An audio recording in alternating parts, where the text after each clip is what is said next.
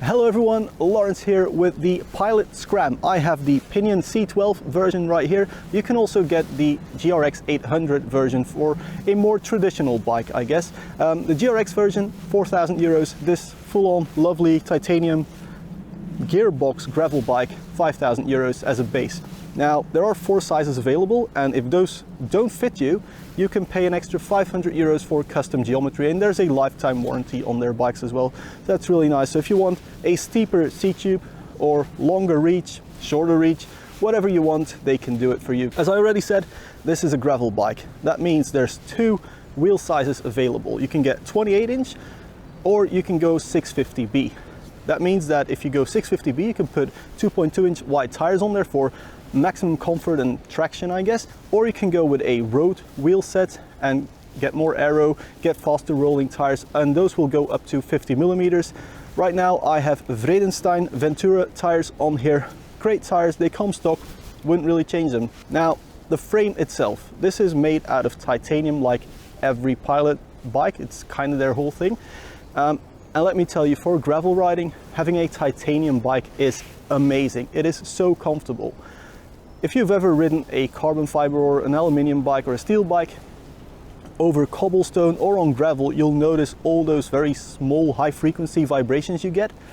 There's none of that with this bike. And again, part of that is due to these bigger tires, but a lot of it is also down to the frame material. I think titanium is an amazing frame material for a gravel bike, and this, on a comfort sort of scale, is way beyond that pro race that I tested some time ago, and that was a carbon bike. As usual, this is beautifully finished. You can get different sorts of finishes, different components on here as well, but I'm just going to go over the components that I have here with me today.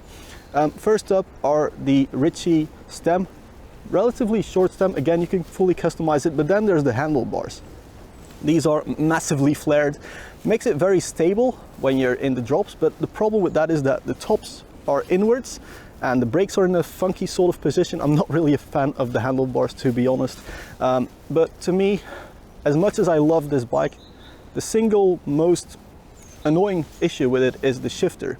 Now, before I start talking about this, massive props to Pilot for developing their own shifter. I think that's awesome. But I also don't think they had to do it. This is a Pinion bike with a C12. This gearbox has been around for a lot of time, and it's just very lazy from Pinion's side to not have a shifter available yet. And to be honest, the fact that the Cinq shifter is now available, or is about to be available, for 600 euros and is verified by Pinion to be good enough, really shows that they're not really planning on doing their own drop bar shifter anytime soon. The problems don't really end there. Basically, it's a gorgeous machined aluminium shifter, but that also means it's not very comfortable without gloves on, because the edges are pretty hard.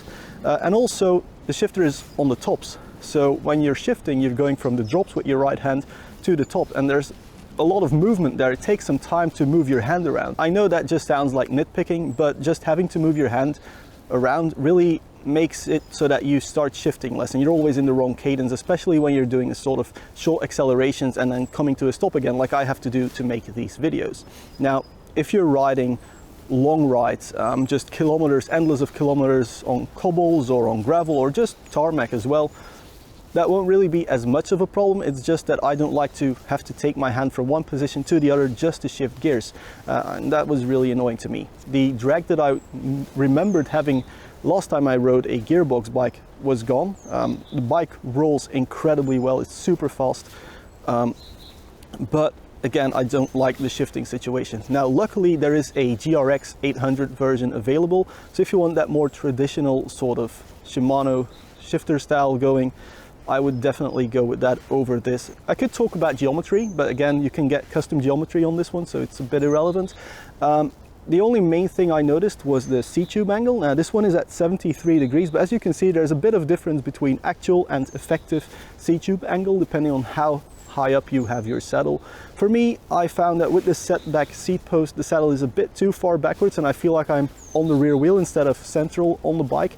So if this was my personal bike, I would go with a 0 offset seat post and still put the saddle all the way forwards, or just get custom geometry at 77, 78 degrees is what I seem to prefer when it comes to C-tube angles by now.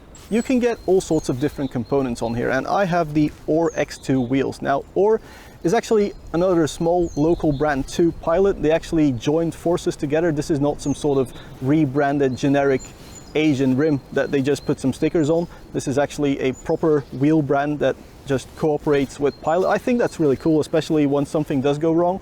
You just have one point to contact and you can get all your spares and all the support you want that way. That's actually really cool.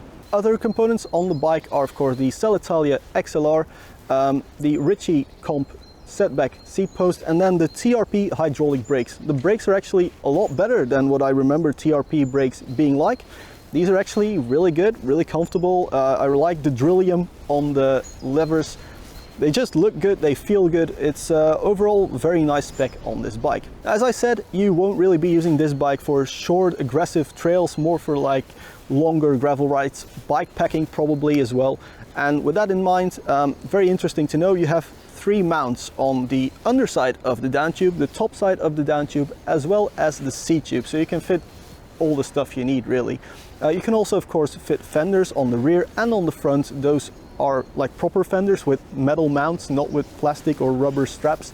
So from a bike packing standpoint, this is probably amazing. Again, because of the pinion, the way you clean this bike is with a pressure washer and you don't even lube it afterwards. It's super low maintenance, just yearly oil changes on the gearbox.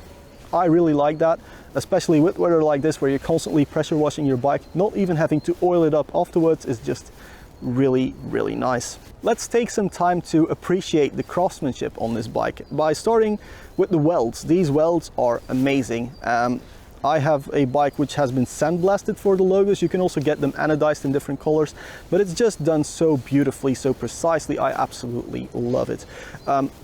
Small details as well, like for example, the seat stay is split, but you wouldn't notice that from more than 10 centimeters away. So for a conclusion on this gorgeous Pilot Scram, if you go with the GRX model, you'll have a great bike that can do pretty much anything, but you'll have some maintenance just cleaning and relubing your chain. If you're a rather lazy person, or if you just don't like doing all that maintenance, you can get the Pinion model and you can just pressure wash it, be done with it. However, the Pinion is definitely more for people who want to go bike packing, do long rides, not go flat out all the time, not hammer every single turn and be as aggressive as possible. If you are like that though, the GRX model will be a lot better for you because it is more conventional about shifting points, the braking action and all that sort of stuff. That will be right up your alley. The bike is just incredibly comfortable. Riding over cobblestone with this thing, even carrying my camera backpack, which is like 20 kilograms of tripods and cameras, it's still comfortable. That's mind-blowing for a bike without suspension. I think Pilot really has done an incredible job here when it comes to comfort, but perhaps with the Pinion, it's just not quite there when it comes to like riding fun. Again, because it takes so long to move your hands to the shifter all the time, and the shifter without gloves, not very comfortable. I really hope that they can figure out a better shifter, or that Pinion will actually make a better shifter themselves, so Pilot doesn't have to waste their R&D time on it. But for now, I really like the bike, but I personally would go with the GRX model. Thank you very much for watching. If you like this video, hit that thumbs up, hit the subscribe button, and let me know what bikes you want to see next. I'll try and make it happen. Cheers! I swear this bike was perfectly clean when I left home, but it's February in Belgium, so this is what you guys get.